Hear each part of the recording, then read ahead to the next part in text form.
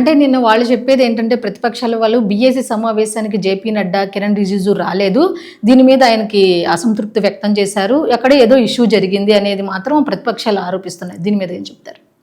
ఆరోపణ చేయడం ప్రతిపక్ష పాయింట్. ఇదే ప్రతిపక్ష నేతలు జగదీప్ ధన్కర్ గారు రాజీనామా చేయాలని చెప్పారు, మీకు గుర్తుంటుంది. నో కాన్ఫిడెన్స్ మోషన్ తీసుకొచ్చారు. అప్పుడేమంటారు, మీరే కదా నో కాన్ఫిడెన్స్ మోషన్ తీసుకొచ్చారు. ఆయన నో కాన్ఫిడెన్స్ మోషన్ వద్దు, నేను రాజీనామా చేశాను వెళ్ళిపోతున్నారు ఆయన. అప్పుడు ఎవరు చేయించారు ఆయనతో రాజీనామా? ఆపోజిషన్ చేయించారు. ఇది చాలా క్లియర్ అయిపోతుంది అనమాట. సో కిరణ్ రిజిజు రాలేదో లేకుంటే జేపీ నడ్డా గారు రాలేదో అని పెద్ద ఇష్యూ ఏం కాదు. పార్లమెంటరీ ప్యానల్ డిస్కషన్లో ఏదైనా సీనియర్ మినిస్టర్స్ ఉన్నప్పుడు వాళ్ళకి లోక్సభలో ఏమైనా పని ఉంటే అక్కడికి వెళ్తారు, అక్కడ ఉంటారు. మోస్ట్లీ లోక్సభ ప్రిఫరెన్స్ ఇస్తారు యూజువలీ.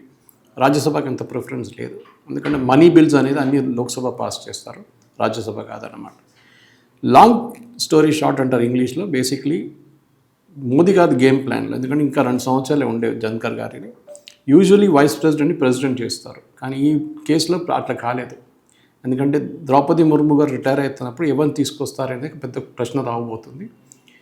ముర్ము గారిని కూడా మనం చూసాం, ముర్ము రాష్ట్రపతిగా సెలెక్ట్ చేసినప్పుడు కూడా ఎవరని ఎవరికి తెలియదు, సడన్గా గవర్నర్ని తీసుకొచ్చి ప్రెసిడెంట్ చేశారు. దీనికన్నా ముందు రామ్నాథ్ కోవింద్ గారు ఉన్నప్పుడు కూడా అదే చేశారు.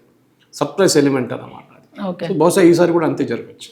ఓకే, అంటే వీళ్ళు ఆరోపించినది వాస్తవం కాదు అనుకుంటే, వాళ్ళు చెప్పింది ఏమో ఇందాక నేను అడిగినట్టుగా వీళ్ళు సభకు రాకపోవడం అనేది, ఇట్లా రకరకాల మాటలు వినిపిస్తున్నాయి.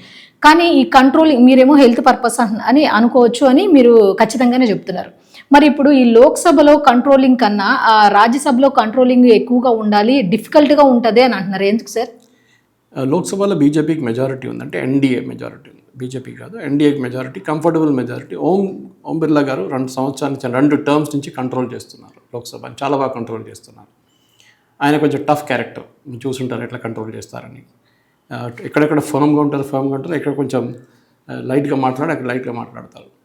కానీ రాజ్యసభ అట్లా కాదు, ఎందుకంటే రాజ్యసభలో ఆ పొజిషన్ ఆక్యుపై చేస్తున్న మంచి కాన్స్టిట్యూషనల్ పోస్ట్ హోల్డ్ చేస్తున్నారు. Okay, president and vice president, prime minister వీళ్ళందరూ కాన్స్టిట్యూషనల్ పోస్ట్ హోల్డ్ చేస్తారు.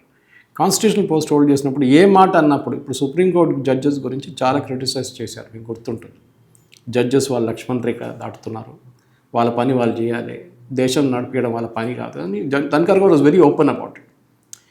ఇంకొక కాన్స్పిరసీ థియరీ మీరు అడగలేదుగా నేను చెప్తున్నాను ఏంటంటే, ఈ జడ్జెస్సే సుప్రీంకోర్టు చీఫ్ జస్టిస్ నుంచి ప్రెజర్ వచ్చిన తర్వాత మోదీ గారు రాజీనామా చేశారని చెప్పి ఇంకొక గ్రూప్, దాంతో కూడా ఏం లేదండి. ఎందుకంటే ధన్కర్ గారు ఇప్పుడు కాదు, ఆయన ప్రీవియస్ టెన్యూర్ తెలిసి కూడా మమతా బెనర్జీతో ఉన్నప్పటి నుంచి కూడా ఆయనకు గొడవ ఉండే. మమతా బెనర్జీతో ఆయన ఎక్కడెక్కడ ఉన్నాడో అక్కడ అన్ని కాంట్రవర్సీ క్రియేట్ చేశారు. ఆయన కాంట్రవర్సీ అని కాదు, యూఆర్ వెరీ టఫ్ పర్సన్. ఆయన ఓపెన్గా మాట్లాడేస్తారు, ముందు మాట చెప్పడం వెనక నుంచి మాట చెప్పడం కాదు, కంటిన్యూస్గా ఒకటే మాట మాట్లాడతారు. So that is what is known for. అదే చేశారు ఇక్కడ కూడా. సో ఒక మంచి రాజీనామా చేశారని చెప్పి రాష్ట్రపతి రాజీనామా చేస్తే ఇంకో మాట, కానీ ఉపరాష్ట్రపతి రాజీనామా చేసినప్పుడు డెఫినెట్గా క్వశ్చన్లు అడుగుతారు. ఎందుకంటే రాజ్యసభ ఆయన కండిషన్లో ఉంది, ఆయన దగ్గర ఉంటుంది, కంట్రోల్ ఆయన దగ్గర ఉంటుంది, ఎందుకు చేశారనేది. బహుశా కొత్త వాళ్ళని తీసుకురావచ్చు ఈ పొజిషన్లో. మోదీ గారు ఏమన్నారు, కానీ definitely there is some health issue, దాంట్లో డౌట్ లేదు. ఎందుకంటే మనం చూస్తూ కూడా ఆయన ట్రావెల్ చేస్తున్నప్పుడు కూడా చూస్తుంటారు, ఎయిర్క్రాఫ్ట్ నుంచి దిగేటప్పుడు కూడా చాలా స్ట్రగుల్ చేశారు. మొన్న చాలా టఫ్ ప్రాబ్లం వస్తుంది. అది బహుశా ఆయన బాడీ వెయిట్ ఉండొచ్చు, హెల్త్ ఇష్యూస్, మనకు తెలియదు ఏం జరిగింది. ఓకే, కానీ మనం అక్కడంతా పక్కన పెడితే, ఎందుకంటే ఈ కాంట్రవర్సీ అంతా 2 రోజుల తర్వాత మర్చిపోతారు.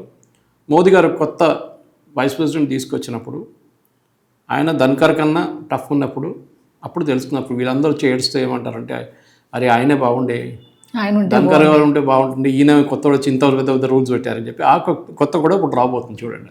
ఓకే.